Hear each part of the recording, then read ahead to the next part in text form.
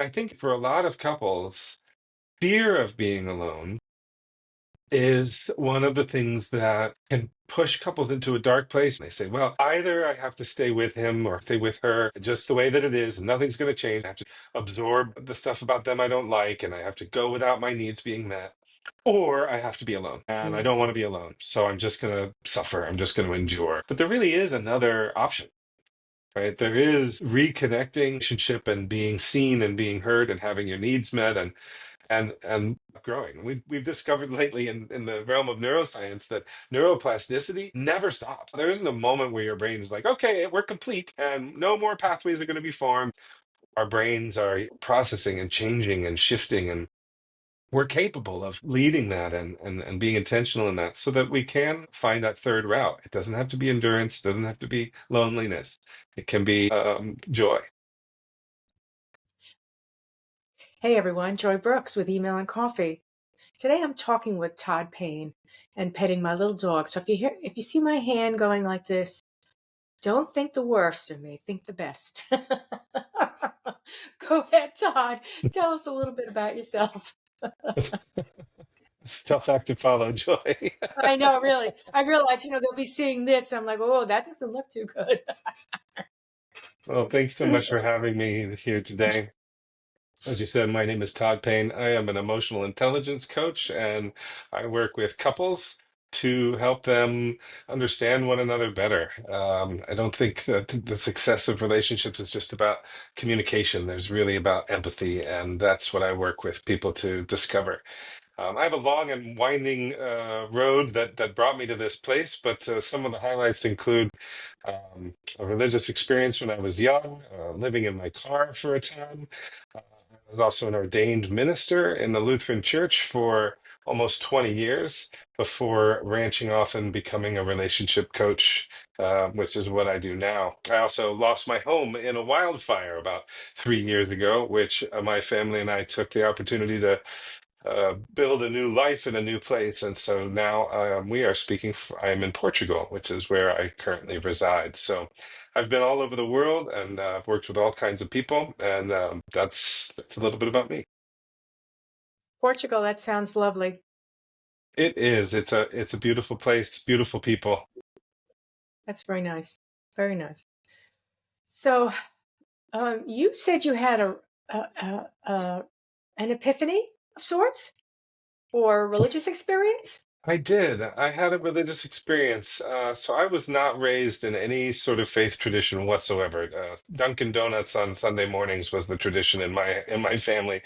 But in college, I fell in love, and the girl that I was seeing was a churchgoer, and she said, "Come with me to church," and I did.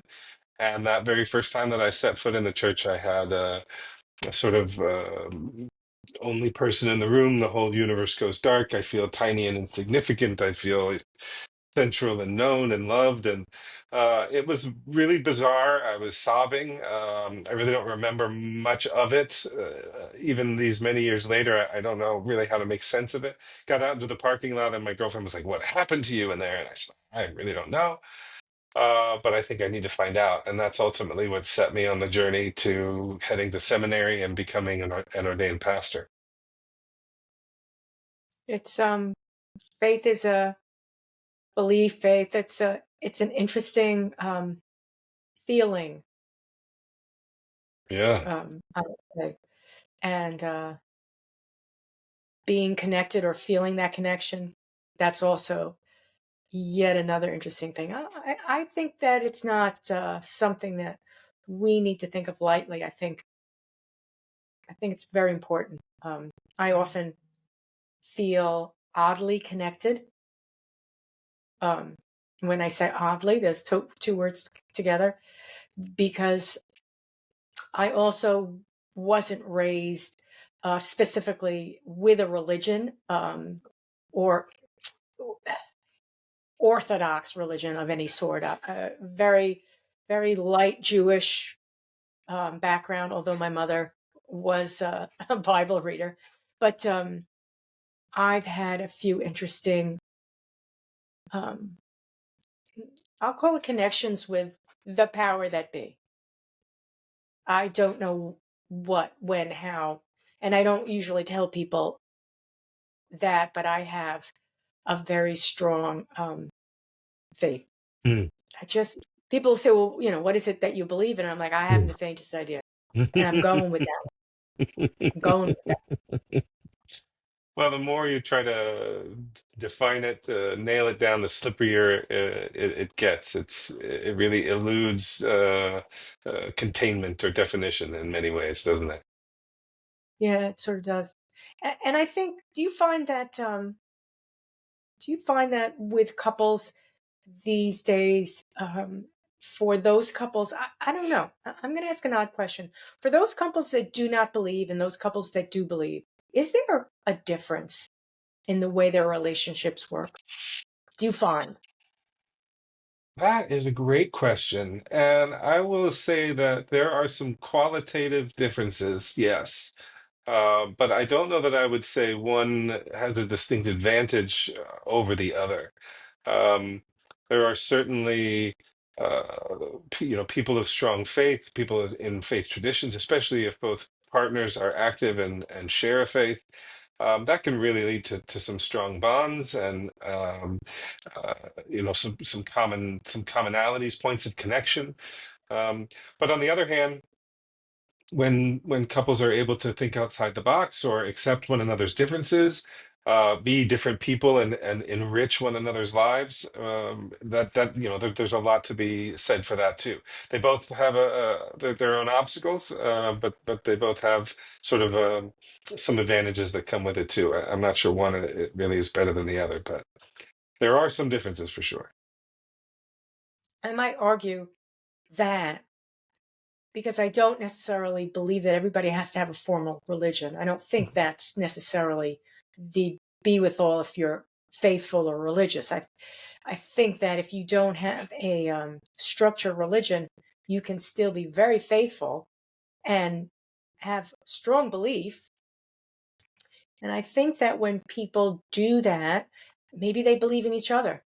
Maybe they, um, through some sort of uh, therapy, they begin to believe in themselves, which is not really so different than believing in God. I mean, I look at religion as one huge or many huge stories that can be told in various languages. They include lots of different people in them. But when you start breaking down those stories, you begin to see, it's the same story over and over again. There's the hero. There's a lot of these stories are very similar. So I think that when people begin to believe in themselves, they can begin to transcend.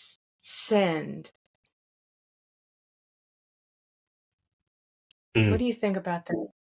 Yeah, I think, for me, as I'm listening to you describe this, and I think you're on the money about those deep commonalities that many faith traditions share.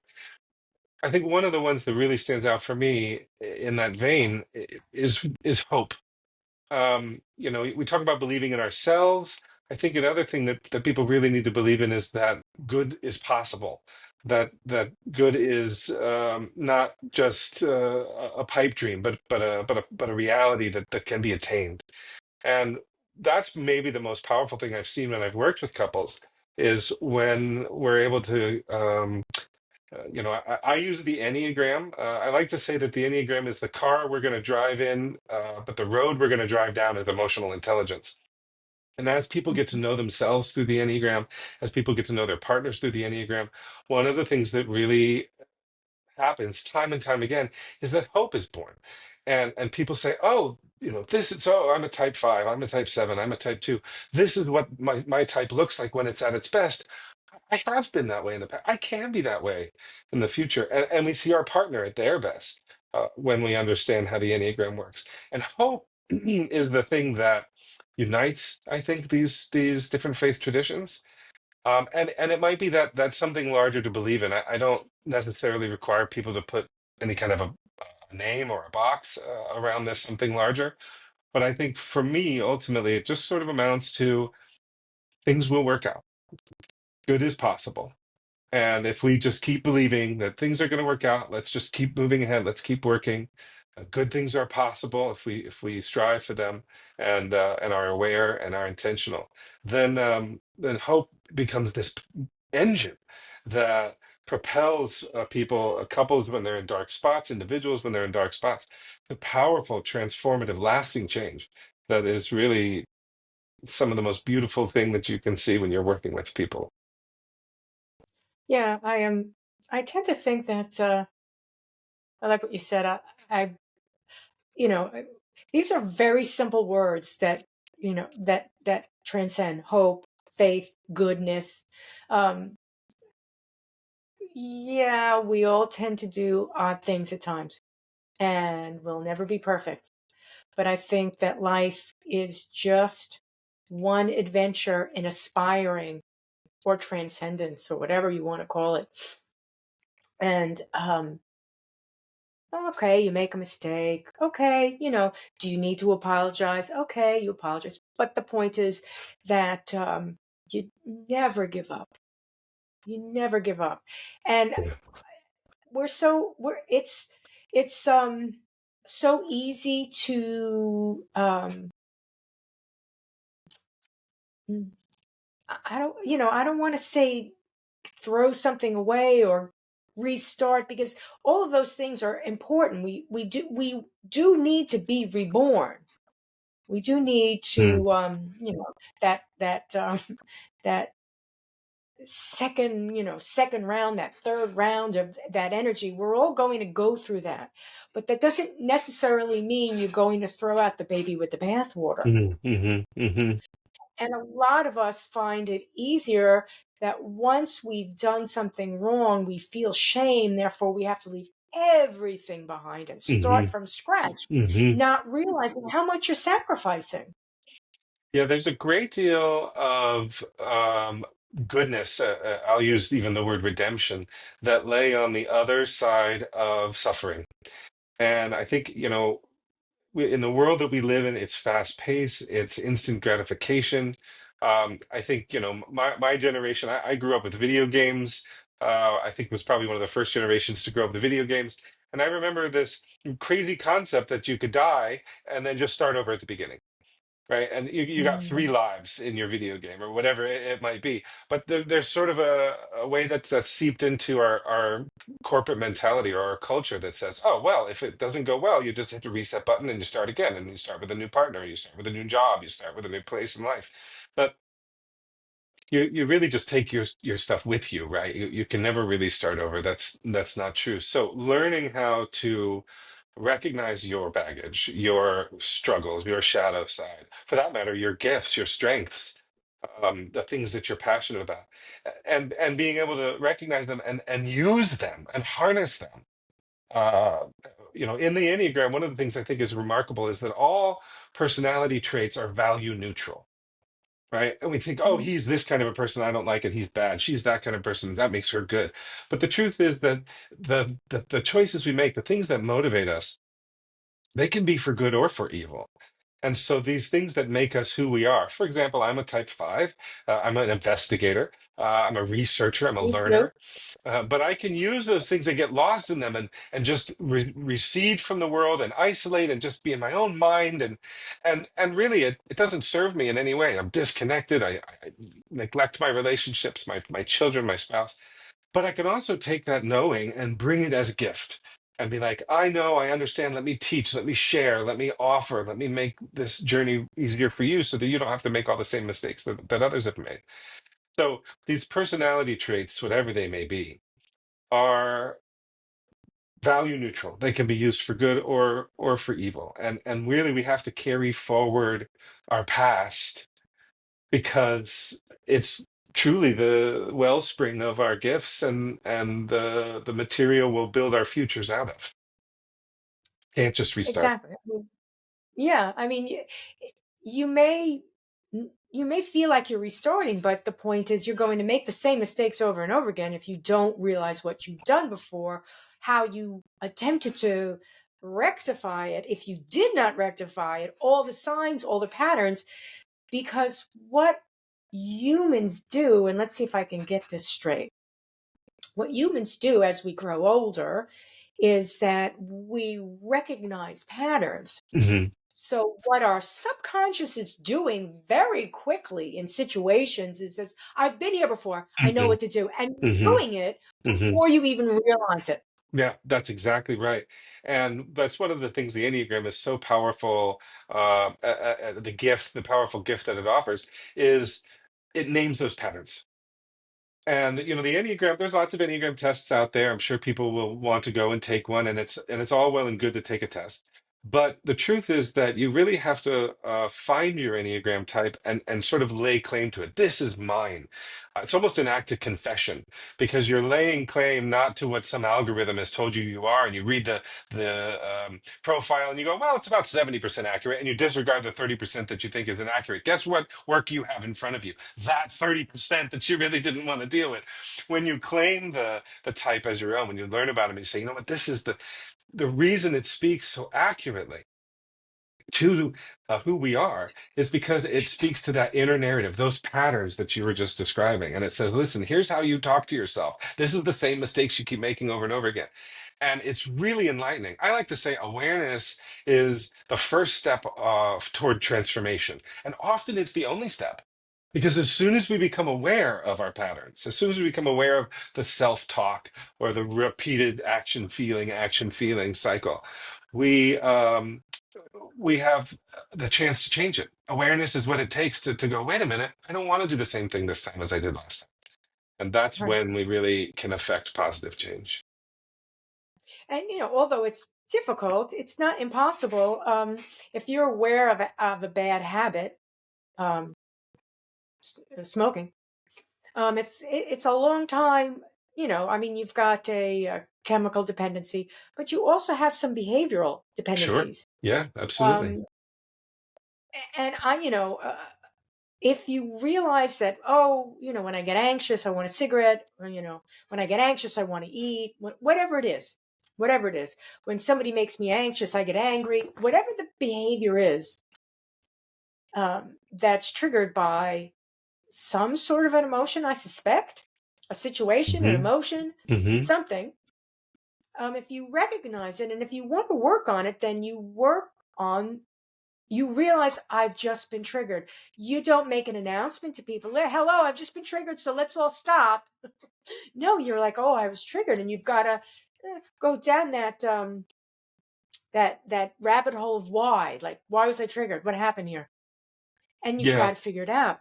You've got Yeah. to figure it out because odds are you're going to get triggered over and over and over again. Yeah, by the same things. Yeah, and many of us Listen, find that in our relationships, we choose partners who trigger us in the same ways, and if we don't take that time to be investigative about ourselves and discover what is it that why do I keep making these choices, choosing these people, choosing these types, then we're sort of trapped in it. One of the things I love to work with my clients on, just around this idea of being aware, is growing body awareness. Because our brains developed as threat detection systems. They're all about figuring out what's going to happen next. As you said, recognizing patterns and anticipating what will happen next so we can be prepared. It's about safety, it's about threat. The heart is really reflective. The heart is really about who am I? What do people think of me? Who should I be? When I behaved in these ways, how did people respond? And there's this sort of reflective or backward looking tone to the way the heart works. But the body is only ever in the present, right? You don't have to pee tomorrow. You're not hungry yesterday. And when we can be in tune with the signals our body is giving, my hands are clenched, my palms are sweaty, my jaw is tight, my neck is stiff, my stomach is turning, whatever the signals, that then your body is sending you information about your needs aren't being met, your boundaries are being violated, you're being triggered, as you said, in some way. Cluing into our bodies is the fastest way to get real-time feedback as to what's going on with us. And that's really the first step in discovering what's going on with us. Because if we wait until it reaches our conscious awareness, we could be waiting a long time. Maybe forever before we actually ever see what's happening. Yeah, and we're already reacting. Yeah, we're already behind the ball, as it were. Yeah, and I mean, we are animals, Certainly. and flight or fight, and all survival, and all of these things. That's part of life. But the concept of I don't know, consciousness, whatever the devil that is. The other day, someone said to me, so I listened. I've got this desire to understand consciousness. Not that I'm the only one on the earth, on the planet, but I heard someone say that neurologically speaking, it's just a neural network up there, and we're receiving. I'm like, oh my goodness, what are we receiving? And the woman said, we're receiving spirit, the spirit, that soul, that spirit that enters us.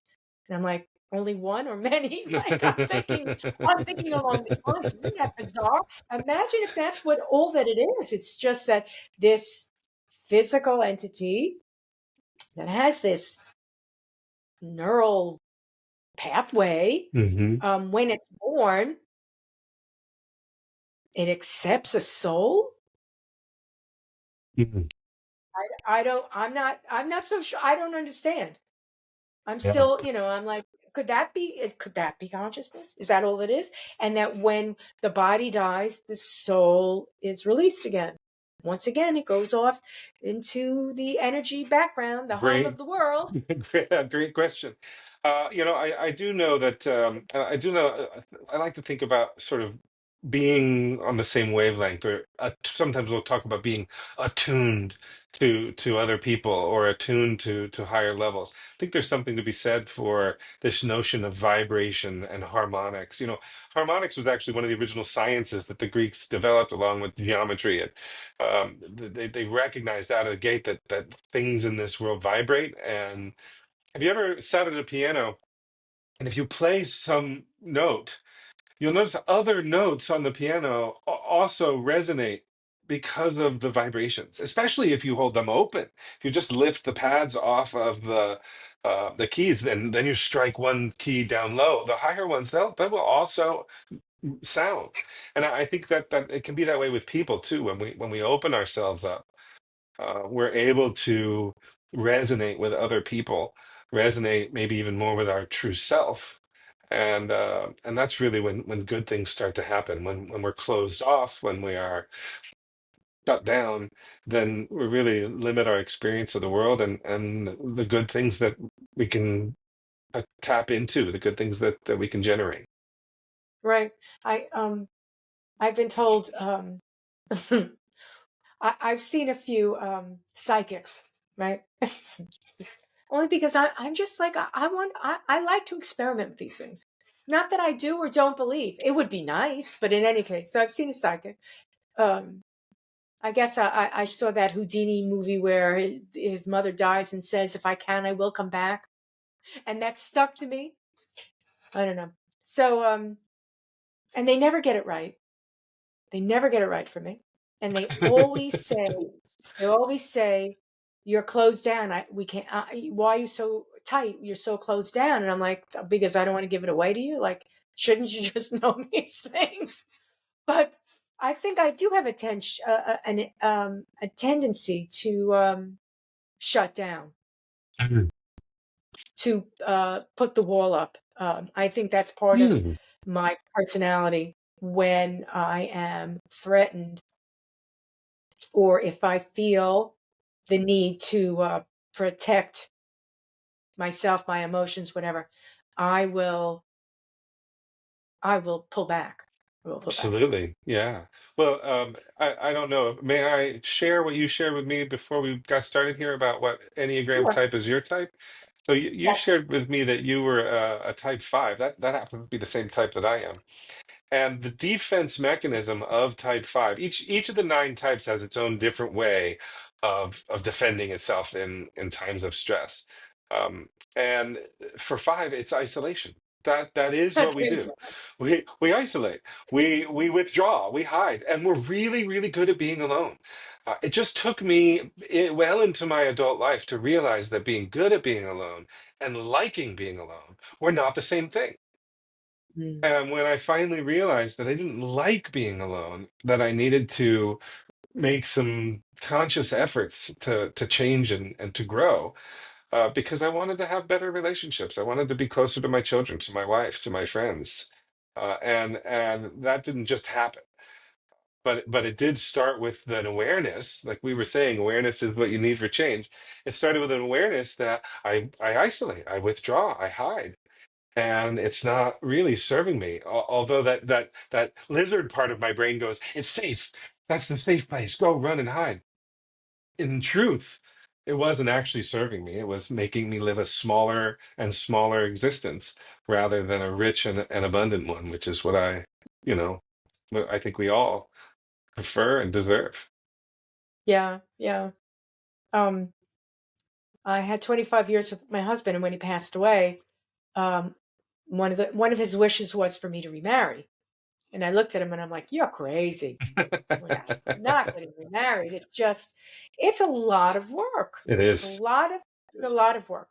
And I thought, oh gosh, what was I? I was 66 at the time when he passed away. Yeah. I thought, well, 66 really. Yeah, that's I'm so set in my ways. And I'm thinking, I said to him, I said, "Don't worry about it." I said, he said, "Get it." He said, "Lease a car, get a new home, sell the house, and get remarried." And I thought to myself, okay, I'll lease. I said to him, I'll lease. I'll get a lease car. I'm not selling the house, and I'm certainly not getting married. And I often ponder, because when I was very young, I would say to myself, "I wish everyone would leave me alone," and I meant it. And now the expression, "be careful for what you wish for." So now I'm alone. And I think to myself, okay, so I can easily um, see my friends. That's a given.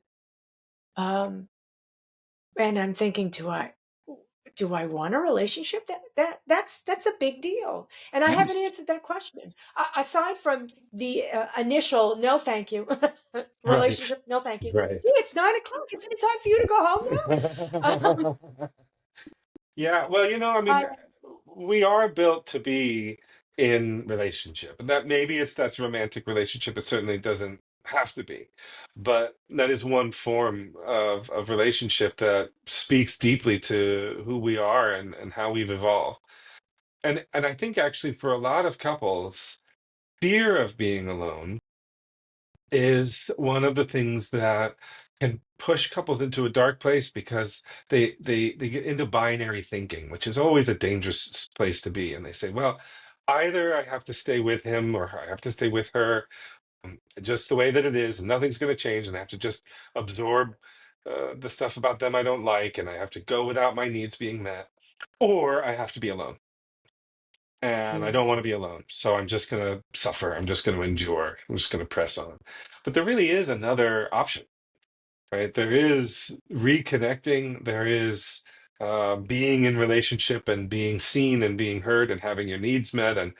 And we are able to, human beings never stop growing. We've discovered lately in the realm of neuroscience that neuroplasticity never stops. It's not, there isn't a moment where your brain is like, okay, we're complete and no more pathways are going to be formed and everything is just the way. I mean, every single day until our last, our brains are processing and changing and shifting, and we're capable of leading that and being intentional in that so that we can find that third route. It doesn't have to be endurance, it doesn't have to be loneliness. It can be joy.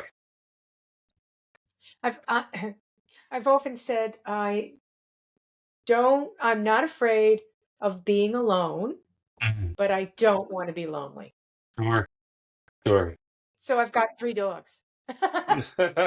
And I really, I really understand what I've done there. I know exactly what I've done because I've created relationships with animals that are, it's like having young children around the house, Yeah, and it's absolutely. somewhat safe.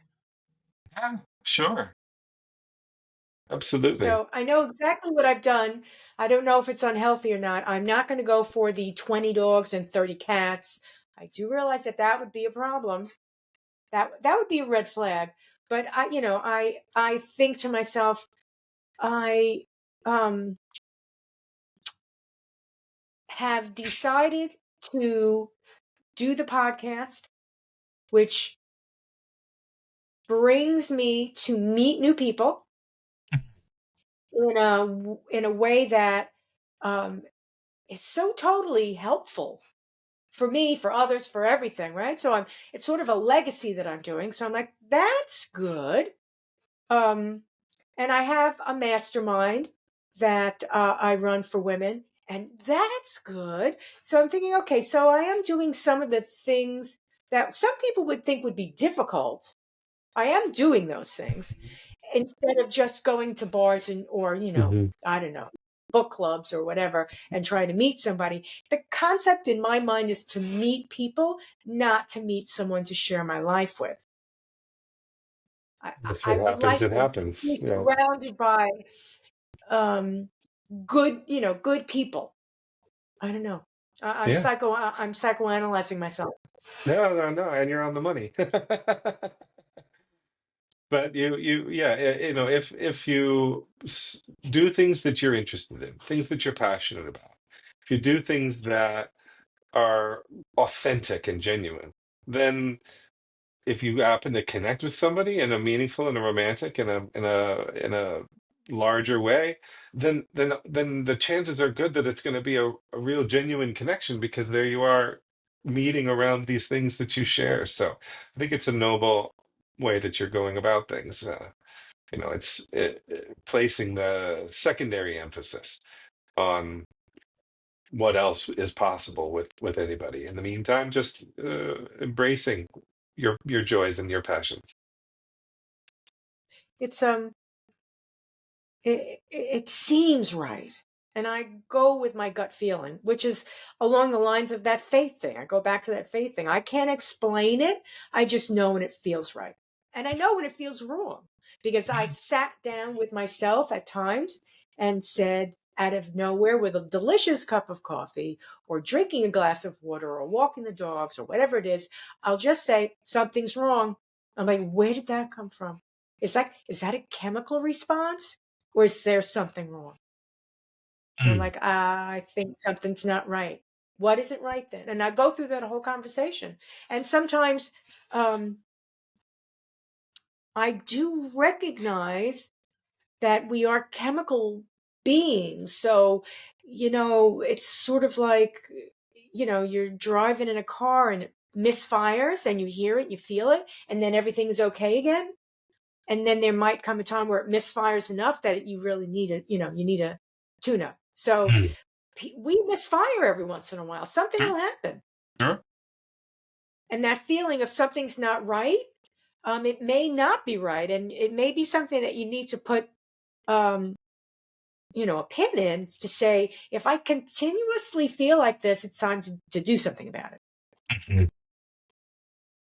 And it can be difficult to recognize patterns when they happen emotionally because we have a tendency to extrapolate that whatever we're feeling now is a sort of forever and always feeling. We might say, "Oh, this some things are bad," and in the moment we feel that they're bad, and so we kind of blow it up and say, "Oh, things are always bad." And the flip side is true too. We may have a good moment and cling to that and say, "Oh no, it's full of good moments," and fooling ourselves is something that human beings are experts at. So it's important to. I like to encourage my clients to keep journals, to keep notes, to grade the day, to say. this is how I felt today. These are the things I was thinking about today. Because then in 2 weeks or in a month, we can look at them and we can really see trends. And that's ultimately where we get some really much more solid information. Oh, all right. Well, when I feel bad, I feel awful, but it was only 6 out of the last 25 days. Or when I feel great, I feel amazing, and it was 18 of the last 21 days. So you can really trust those feelings in ways because you recognize them as being larger than just in the moment. Mm. I've liked keeping journals, but lately, just I have so many great thoughts, and I'm in transit. They're like, Yeah, we do a lot of good and thinking in transit. I'll bring out my phone and I'll record it. And I'm like, oh, now I'm like everyone else walking around with their phone. I'm like, no, why don't you just enjoy the moment? Whatever the thought is, if it's a really good thought, you'll have it again when you get home, and you'll act on it. It's helpful in It's moments like sometimes, that to use little mnemonic devices. So I will do funny little things like I'll unplug the charger. I have a cord that goes from the car dashboard to my phone, and I'll unplug it and I'll tie it in a bow, which I can do while I'm driving. Pull it out, tie it in a quick bow, set it on the seat next to me. I get home, I have no idea what it was that I was thinking about earlier, but then I look over and I see the cord tied in a bow, and I'm like, oh, wait a minute, right. I have this idea about X, and I can connect it to that moment. I'm tying the bow. Oh, don't forget why, don't forget why, don't forget why. So use little tricks like that. You can still stay in the moment and hold on to them, all without using your phone. Little, yeah, little, right. yeah, these are the brain is an astonishing thing. It really is capable of wonder. And we have those moments of inspiration when we're driving, when we're showering, when we're not able to grab a pen and paper and write things down, precisely because we're not able to grab a pen and paper and write them down. When our brain is focused on a task, when we give it something to do, it almost frees up some RAM to process deeper things because it has its attention's focused on the driving. It has its attention focused on showering, and so that other part of the brain is freed up to process. That's why we have those insights then. So you got to find a way to capture them because they may not come back around, but they are often quite valuable. It's sort of like a lot of people meditate, right? And Mm, I often think to myself, I have a tough time I have a tough time understanding the meditation mm, as an exercise, mm, because um, as I put myself, or I attempt to put myself through any type of exercise into that state, that's when everything goes haywire on me because I'm over trying. Right? mhm, However, um, when I go to bed at night, I have taught myself to do that box breathing thing where I mhm, breathe in and breathe mhm, out, breathe in and breathe out. And I'm like, I'm meditating. mhm, I'm meditating. And mhm, I'm going to sleep. I'm relaxed and I'm mhm, meditating. And mhm. I'll probably fall asleep, And but that's it's good too. okay. Yeah, Just do it. right. The Buddhists And have I can do that. I can do that when I'm walking. And like you said, in the shower, you could do that in the shower because it's very relaxing. You're like, oh, that water feels so good. So just breathe in and breathe out, breathe. You put yourself into that very easy um, frame of mind where things tend to pop up out of nowhere. You're not trying like, oh, I must think of this problem in order to solve it. How can I solve it? 1 and 1 equals 2. 2 and 2 equals 4. If you're constantly doing that and you're trying to solve a specific problem, um, you're going down a specific path, but you're not allowing yourself to solve a problem necessarily. Um, Yeah, I think if it's you're not a you're wearing totally kind of pragmatic blinders. problem. Yeah, you're kind of wearing blinders because one problem I see this a lot with couples, honestly, is what I call the lost keys problem. And it goes like this. You do a really old joke. Why is what you're looking for always in the last place that you look? Because you stop looking once you found it. Well, that is true about the brain And oftentimes that works because once you found your keys, you don't have to keep looking. Your keys aren't in another place. But it doesn't work very well in interpersonal relationships because we think, oh, he listens to the TV so loud. If he would only turn the TV down, then that would solve the problem. And because we have found the solution, we found our keys, so to speak, we stop being open. We stop looking for additional solutions. We don't keep looking for our keys. We've found the solution. Turn the TV down. But what that does is it closes us off from all kinds of other ways that we might solve problems. And in interpersonal relationships, sustainable solutions are rarely one person's way or the other person's way. It's often Mhm. about sharing needs and finding ways forward where both people's needs can be met. And when we're able to be in a space, we're not focused on a certain outcome, but we can just say, all right, let's be open to possible outcomes. That's when some of our most creative problem solving arises, and when some of the best solutions find their way to the table. So, when you say I'm working towards solving a problem, finally we end up putting sort of horse blinders on and saying the solution is this one direction, but the world is much more interesting and creative, and there's many more solutions than I think any one of us could ever come up with on our own. And we really need to be open about it. I remember my husband's expression right before we would have a big bang out fight would be something along the lines of, "Oh, here we go again." And Hmm. I'd be like, "Oh gosh, here we go again." And it would be very simply because he's triggered. Yeah, That would be the here we go again. He's triggered yeah, and yeah. he's feeling that trigger. And instead of saying, oh, it's the same thing again, let's not do this. Let's, stop right here and rewind, or let's sit down and figure out what it is that's, happening, whatever, whichever it is. Mhm. And it would be the same thing. And I would say to him, we argue about the same things over and over again. Don't you see that pattern? Most couples do. Well, what's really interesting is that often couples will come to me around some sort of precipitating need or precipitating moment. There's a reason that they've come, and things have finally reached a boiling point. And the tendency is for them to want me to help them work through this issue. But in truth, I don't really do that with individuals. What I want to do is I want to teach you the framework. I want to give you the tools and practice in the how to have empathy, how to have a conversation, so that it doesn't matter what the fight is about. You can change the way, because we may have the same fights over and over again.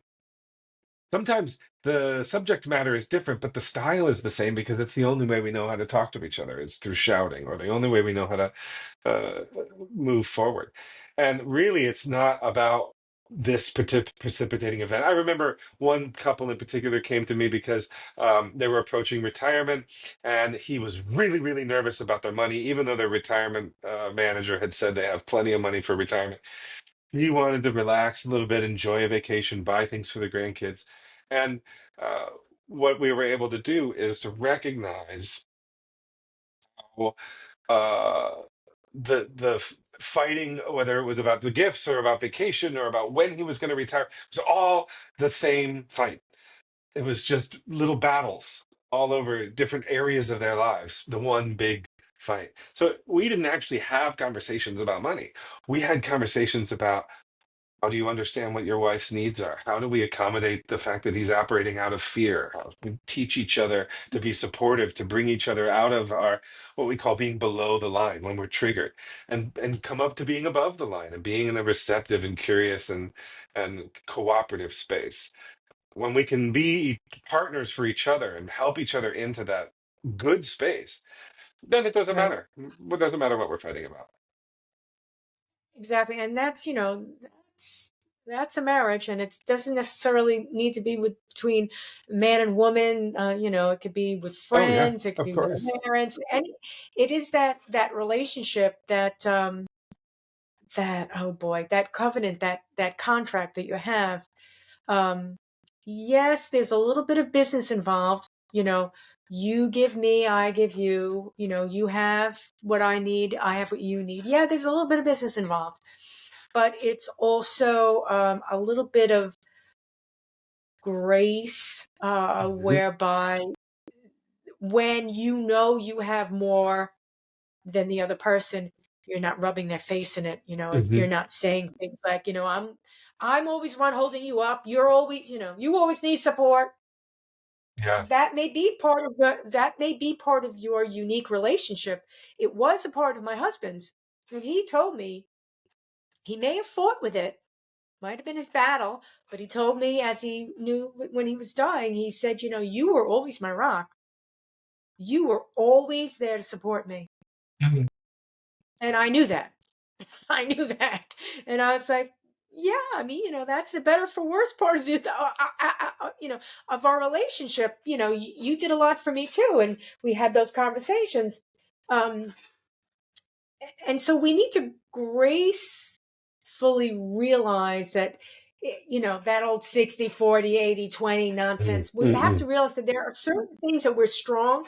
That's our strong suit. That's what we're bringing to the table. And you don't want two captains in everything. mm, You're going to be captains in some things, mhm, but you don't want to be two captains in everything, mhm. No, it's because just not. that's, yeah, somebody's got to float the boat sometimes. You've Hmm. got to say, here are the keys, you drive, and let them drive, and feel comfortable with that. Feel comfortable with that. Yeah, it's, So, what you're pointing out something we were talking about earlier in terms of our individual lives, our individual experience, that we fall into patterns. And when we're not aware of them, we are slaves to them. We are bound to them. And relationships are the same. We establish patterns in our relationship. I handle the bills, you handle the laundry, I handle the cooking, you handle the phone calls. That's a big one in our house. My wife hates being on the phone. So if it involves phoning the customer service people and talk, guess who does the phone calling? Uh, but it's one of the problems that a lot of couples who've been together a long time fall into is all of the assumptions that go with that. And so we want to take a look at couples patterns too, and we've just named some sort of mundane ones, but there are all sorts of patterns around money, around sex, around parenting, um, around free time that we really have to stop and look at, because it's a pattern, because both people are taking part in it, and it's easy to blame the other person if they would change. It's easy to blame ourselves if I tell me, what's wrong with me. But the truth is that we don't exist in a vacuum. Nothing is accomplished alone in this. And so we want to have a look at the patterns we fall into unawares, the shorthand that we do, or the shortcuts that we take, because those can be really undermining in a relationship if we don't pull them out and dust them off. They serve us well, but we also need to be aware of them and intentional about which ones we perpetuate and which ones we take the time and make the effort to change. yeah, we shouldn't assume anything, or even have resentment for it. So, I mean, I like to be in the kitchen. I like to cook. And Harry would like to cook. He liked to cook in the kitchen. But when he cooked, it was a big deal. And he Mm, was exhausted at the end. And mhm, when I cooked, I was having fun. mm. So, if there was stuff on the floor, I really didn't care. I'd clean it up. But for him, it would be like, oh, ugh. And I'd be like, get out of the kitchen. Just go sit down. Dinner be ready soon. Go, go. So, and I didn't. It never occurred to me to think I wish he'd cook more, because it was fun for me. Right. Things that are not fun, like laundry. Uh, do I want him to do the laundry? Nah, it's not pick your battles. That's not a big deal. It's really not a big deal, because the few times that he did, I think he did it on purpose. The few times that he would do the laundry, my shirts would get shrunk, or my towels would come back and they'd be bleached. Be like, let me do the laundry. When You I go did mow the lawn, okay? when I was a young minister, I insisted that couples that asked me to perform their marriage, that they would do premarital counseling with me. It seemed to be the thing I was supposed to do. after about, I don't know, a decade or so of doing it, I realized that I wasn't going to, me and my 4 meetings or 6 meetings wasn't going to be the make or break on whether a relationship is going to survive or not. And so I kind of reduced my marriage counseling to this. And I said, listen, rather than pay a marriage therapist, hire a cleaning lady because because in every relationship there are thresholds. And whichever one of you is capable of dealing with a dirtier sink or a dirtier toilet is going to win. The other person is going to always end up cleaning the sink or cleaning the toilet because they can't stand it. So we have these differing thresholds, and they're around cleanliness, they're around money, they're around all of the things. But when we can learn about our partner's threshold, our own threshold, then we can start to make some intentional choices. Otherwise, we just let things go until the other person takes care of it, or I feel like it's incumbent. I'm the only one who ever does this one thing in our relationship because the other person doesn't. They have a lower threshold Right. than you do.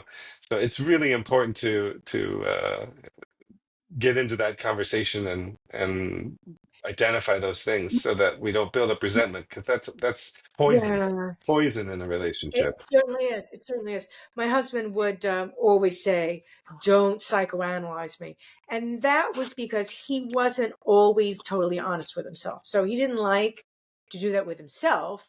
No more doing it with me. So some people need to feel comfortable with just a few people knowing them well. Mm. You know what I'm saying? It's like Hmm. y- all your friends do not need to know all your secrets, but it's Spoken like a probably a true good idea. five. Yeah. Um, but it's really a good idea for you to determine who of your friends you can trust, and then to be able to um, break down some of those barriers with them. You know, um, you don't have to. Some people go on social media, and the things that I see them saying, I'm like, are you kidding me, people? Like, excuse me, what you're telling everybody these things? Um, but I mean, the most important thing is to tell them to yourself, and then share them with people that are important with you, that you trust. But you really need to have at least one person in your life that you could trust like that. Um, I've had a few; they're not all alive anymore. And so, I'm at a point where I'm like, gee, they've taken all my secrets to the grave, and I'm not necessarily looking for someone to share those secrets with, but I have shared them. Right. And I've, felt better for it. My Good. mother knew me like a book, and it was very healthy. Um, it was good until the grave. My husband as well. He didn't share with me, but he knew I knew. He just didn't want to talk about them. Hmm. Hmm. It can be a He was a challenge. man. Men are funny like that. I mean, again, I can understand because I'm I play I play poker with I breast my cards. I play poker with my cards. No one's seeing my cards. I'm not sharing my cards with everybody that I see. And not only did my husband do that, but he didn't share, period. I would at least like look at one of my cards.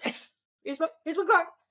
Um, so I think that relationship, that having that with someone, is not only important, but it's precious. It really is. I mean, you can have a girlfriend who's like that. You can have a guy friend that's like that. You can have your romantic partner who's like that. I tell my dogs all my secrets. They don't tell anybody. So I know. they Well, they I know all my worst. They know my worst side. I said to my middle child once, wouldn't it be great if the dog could talk? And they said, no, he knows too much. Good thing They that know. They know. They the good know thing they all of my. can't talk. Really, No, I mean, the truth about animals, or at least dogs, when you have a social pack, and a cat is different, a cat will also know things. There's no doubt about it. You have a social relationship with another species.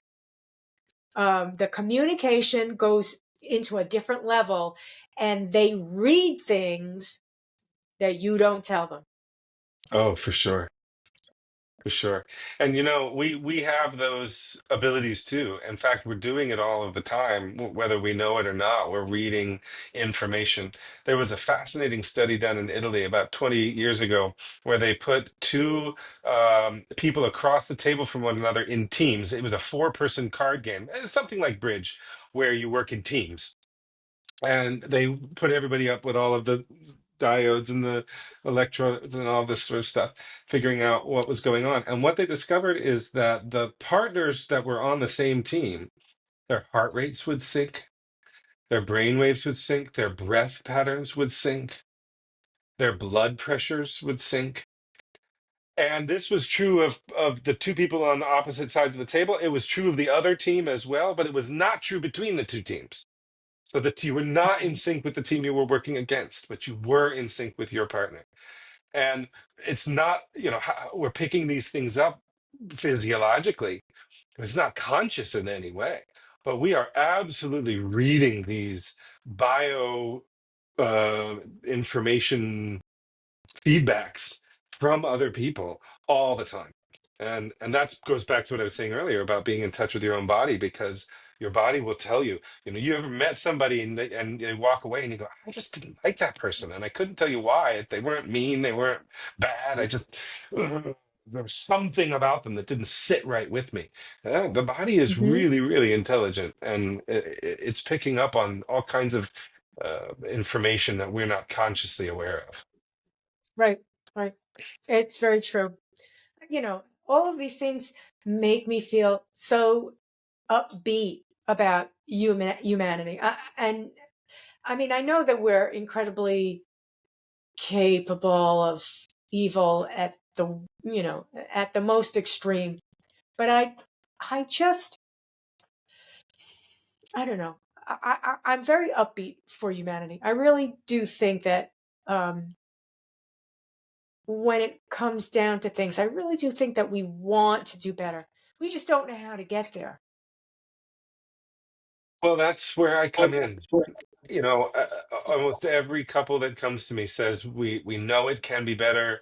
We don't know how to get there. A lot of couples that I work with have tried traditional couples therapy, and they're like, it gave us some reprieve, it taught us some skills, but it didn't address some of that most underlying problems. And that's really where I come in. I'm here to be a guide and to offer concrete tools and practical steps and give you insight as to why things are happening the way they are, so that we can go about fixing them in a way that is lasting and meaningful. So we're not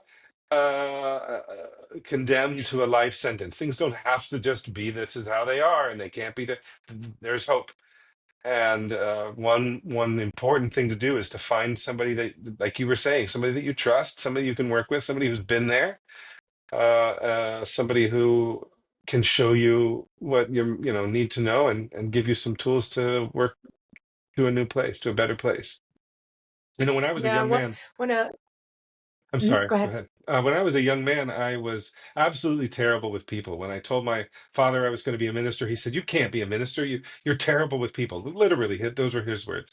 I had a supervisor. I did a year-long internship. I had a supervisor. At the end of it, he wrote an evaluation of me that said, "Todd has none of the gifts and skills that are essential for ministry." These people recognized that I was terrible with people, and now I teach people people. I teach emotional intelligence. I coach it because I was bad at it. So I like to say, if you're failing math, don't go to the kid who's acing the class without doing the homework. Go to the kid who failed last year and this year is passing, because he's the one who can show you how the problems are actually done and teach you the steps to take and the things to avoid. I was that kid with people. I was failed that class. I was terrible with them. But now, 30 years later, I have a lot to offer because I failed for so long. And there really is a way forward. It's a teachable skill.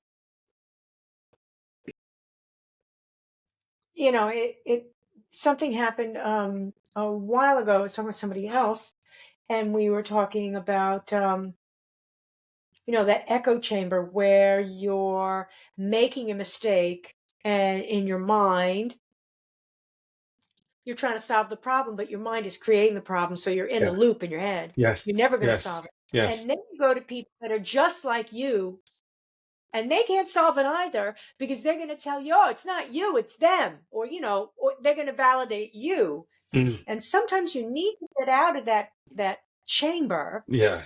You need to go, completely out, to have somebody say, well, this is what I'm seeing, or here's a toolbox that I suggest. And I've been in therapy, and what I prefer in therapy, or what I got out of therapy, was the toolbox, recognizing um, my personality traits and creating methods, processes that um, try to make myself better.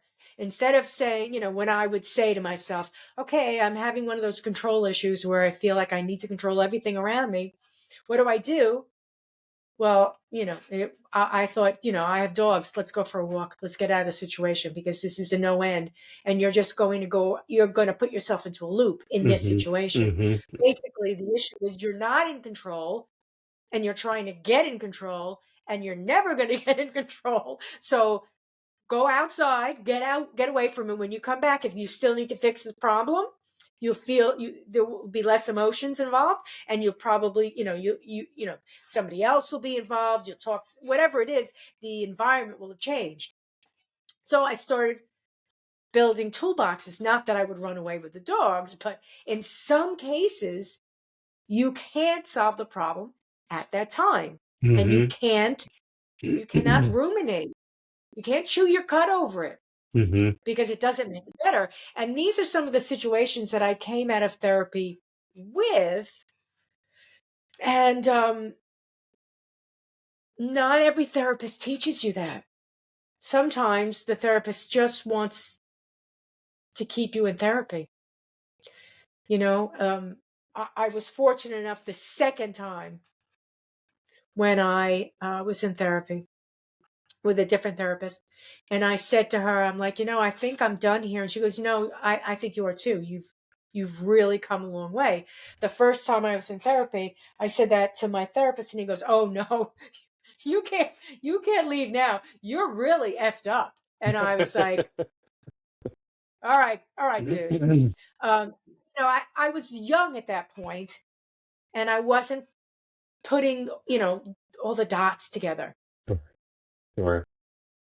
So the That's second time in therapy, I was recognizing all the same things I was doing when I was young. I was like, okay, you know what? It's 30 years later, still doing the same things. There's a pattern here. So I think that therapy is very important, but I I think agree. everybody needs to go to therapy with the idea that you're building a toolbox, your own toolbox. The therapist is going to, sort of like the tour guide. They're not going to solve your problems. No. Hopefully, they're the tour guide Equip you. to the so that you can learn how to solve your problems. Yeah. Yeah. Well, you've also touched on a big difference between coaching and therapy. Sometimes therapy is rummaging around for the sake of rummaging around. Mm, And yeah. coaching, I like to say that we will spend some time talking about and looking at the past, because it informs how we got here, because it shapes the options that are available to us moving forward. But as a coach, my Mhm. eyes are always on where we want to be, where we want to go. And so the past is a tool, and therapeutic techniques that are sort of past oriented and source or cause centered. They have their place, but for me, they are. they inform the work that we're going to do. But really, we're not limited by our past. It doesn't dictate what the future has to be. It Right. informs, but it doesn't dictate. And so I really want to focus on agency, on what's possible, and on putting things in place for forward moving. So tomorrow is better than yesterday. Hmm. What I what I realized quite a while ago was I was thinking about my family, and I was like, okay, in family situations, many times the daughter or the son, they marry someone similar to somebody in the household because that's what's very comfortable. It's a pattern that they believe that that Hmm. they've lived through it, something that they've lived through. So I thought, okay, so did I marry my dad? I'm like, no, I definitely did not. Did I marry my mom? I'm like, no, no, I didn't marry my mom. I'm like, I married my sister? And I'm like, I married my sister. And that was very eye-opening to me. Hmm. Hmm. Very eye-opening to me. Um, and I don't, I once shared that with her and she was horrified. She was horrified. I think she might have even been insulted, perhaps. Maybe because she didn't like my husband. I don't know. Um, but I think it's important for us to do that because that's sort of when, when we say to ourselves, we keep on making the same mistakes, like some people that are married numerous times and they keep marrying the same guy or they keep dating the same guy. Hmm. So I did that to myself because I wanted to think to myself, do I want to marry my sister again? Or, is that what I'm looking for? And I was like, Hmm. no, because I wasn't looking to marry my sister, but I ended up marrying my sister. So that was the relationship that made me feel most comfortable Hmm. with all the other relationships, as bizarre as that sounds. No, I But understand it. We form our expectation of what relationships are supposed to be very early in life. exactly. All right. So now that I've psychoanalyzed myself, Todd, tell me where people can find you, and also tell them where they could find an enneagram tool, enneagram tool. Excuse me. Well, let me address that second question first, because there are lots of Enneagram tests. A quick Google search will yield an abundance of them. I do work with TrueSelf.io. I think they have a good test. It's different than the others, and I appreciate the very feeling centered and artistic approach rather than a strictly survey style. But with that said, Hmm. I really don't believe in tests because, as I was saying earlier, the Enneagram is about the story that we tell ourselves. And so two people may take the very same action and do it for wildly different reasons. And when we take a little bit of time to learn about what the Enneagram teaches about how human beings function and what makes the different personality types different and what story each type is telling themselves, then what we're looking for is the one that sounds like me. That's the story I tell myself. That's how I talk to myself. That's what I think of myself. It's what I think I'm owed. It's what I think other people are supposed to do. It's how I think the world is supposed to be ordered. And when we hear that, we something deep inside of us is struck, and it becomes a sort of act of confession instead of saying, oh well, the algorithm got 70% of it right and the 30% wrong. No, it's really about learning the Enneagram. And when I bring couples into my program, I take the first couple of weeks to teach those key concepts so that we have language that we're working together as a couple, to understand each other, to talk to one another. And every single time, and I know that sounds a little bit polemic, but it's honest to God truth. Every single time there is this moment where people go, "Oh my gosh, that's me." They see themselves, and then they see their partner. Oh, that's why my partner is the way they are. So I know that was a long answer to a short question, but I'm sort of a little down on tests because I think that really it's a shortcut that doesn't ultimately serve you or help you do the Enneagram work that I think is so Mm. valuable. In terms of where people can connect with me, which is a much easier question to answer, my website is connectfully.com. And because we live in a world where you can spell things however you want to, that's connectfully with a K, KONNECTFULLY.com.